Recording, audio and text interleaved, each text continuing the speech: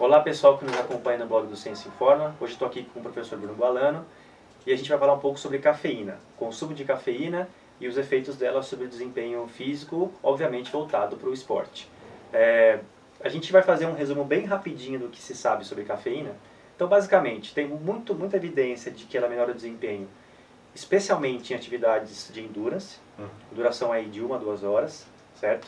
Consumo agudo, então você ingere uma dose mais ou menos 1 hora, 1 hora e meia antes da prova, isso melhora o desempenho.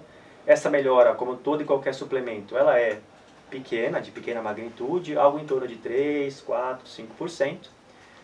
E existe um certo debate na literatura, ou uma certa recomendação, que diz que pessoas que são habituadas ao consumo diário de cafeína, então pessoas que tomam muito café, muitas bebidas cafeinadas, elas tendem a responder menos à suplementação de cafeína.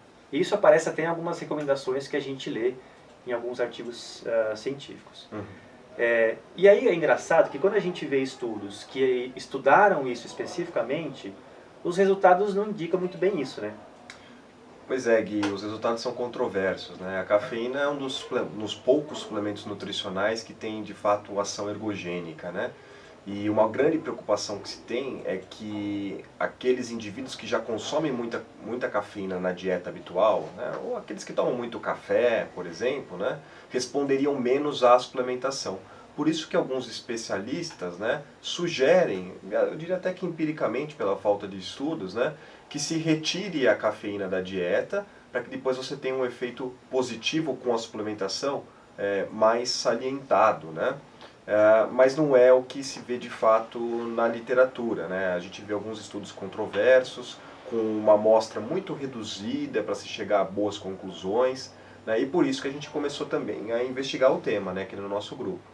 Então, tem 2 estudos aqui até que eu gostaria de mencionar, que eles fazem o que se chama de desmame, ou a retirada de cafeína. Isso. Então pegam sujeitos que são usuários de Crônico, altas né? doses de cafeína por dia, algo em torno de 900 miligramas, que é uma dose muito alta, que seria equivalente a mais ou menos 10 latinhas de Red Bull por dia.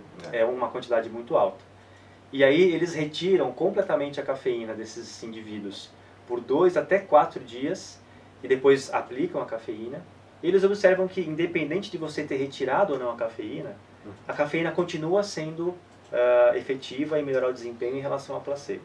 E aí tem um estudo que a gente acabou de conduzir, que você liderou esse estudo, que a gente também não viu muita associação de consumo com desempenho, né? É verdade, Gui. Na verdade, a gente viu o efeito crônico, né? Aquele indivíduo que já consome muita cafeína, se isso de fato implicaria numa menor resposta, né? E a gente viu que não. Então a gente tinha um estudo com uma amostra muito grande, 40 ciclistas, né? Com experiência prévia em treinamento, em competição de ciclismo. A gente viu que esses indivíduos, né, quando eles eram separados em tercis, né?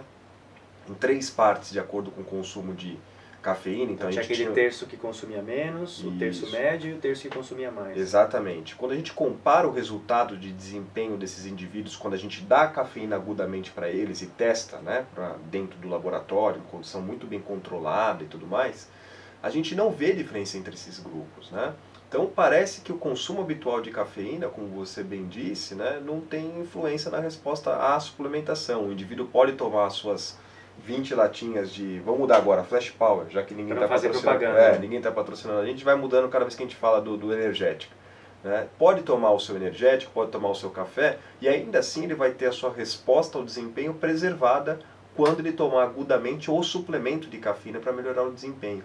Né? Então, esse é um dado que não foi publicado ainda, né? Está em vias de, está submetido à publicação, está em revisão. Quando sair a gente coloca no blog. A gente coloca no blog para vocês, mas é um tipo de dado importante porque ele muda um pouquinho a nossa ideia e os nossos paradigmas, né, na área da cafeína. Né?